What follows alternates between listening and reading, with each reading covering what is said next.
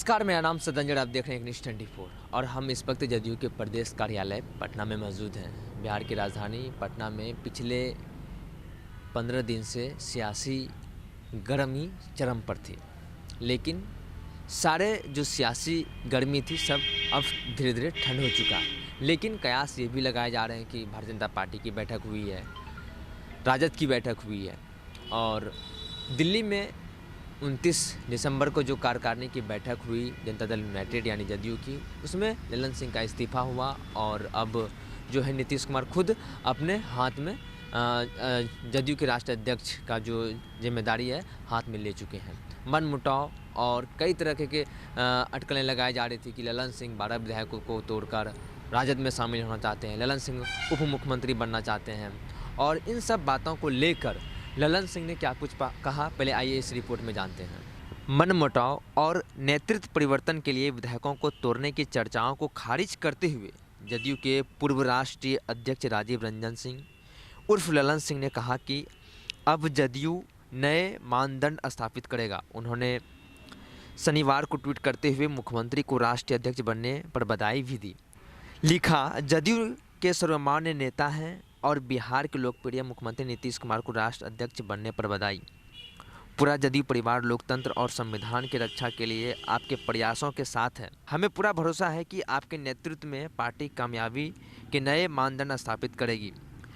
एक TV channel के बातचीत के दौरान उन्होंने कहा कि नीतीश कुमार के बीच विश्वास का संबंध है उनका, उसके लिए किसी के प्रमाण की ज़रूरत नहीं है। वह भाजपा के इस नैरेटिव से बिल्कुल परेशान नहीं है कि वे सरकार के नेतृत्व परिवर्तन के प्रयास में लगे थे।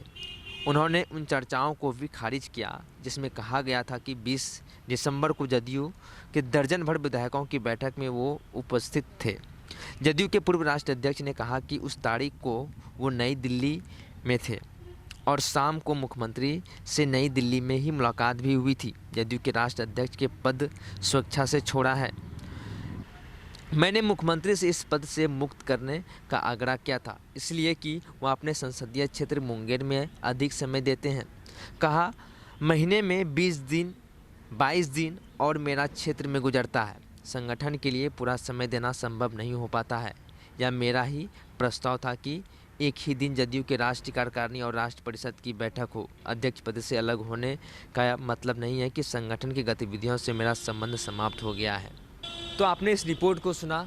हम आपको बता दें कि कई तरह के कयास लगाए जा रहे थे कि ललन सिंह अब जदयू का विलय कर लेंगे राजद में और 15 विधायकों को तोड़कर आरजेडी में शामिल हो जाएंगे। वो उप मुख्यमंत्री बनना चाहते हैं। कयास ये भी लगाए जा रहे थे कि वो लोकसभा के चुनाव लड़ना नहीं चाहते हैं, वो राज्यसभा जाना चाहते हैं। लेकिन सारे अटकलों को ललन सिंह ने खारिज किया। उन्होंने साफ तौर पर कहा कि इस महीने में मैं 20 से 22 दिन क्षेत्र में देता हूं, ऐसे में मुझे समय नहीं मिल पाता है और मुझे लोकसभा चुनाव है, मुझे चुनाव लड़ना है, मुझे क्षेत्र में समय देना है। और ऐसा नहीं है कि मैं संगठन में समय नहीं दूंगा, संगठन की भी मुझे जिम्मेदारी सौंपी जाएगी तो मैं संगठन में भी भरपूर समय दूंगा और मैं संगठन को नहीं छोड़ूंगा। इस तरह के तमाम अपडेट के लिए आप रेडी न्यूज़ 24 पर मेरे सहयोगी आशुतोष सिंह के साथ मैं सदंजी पटना।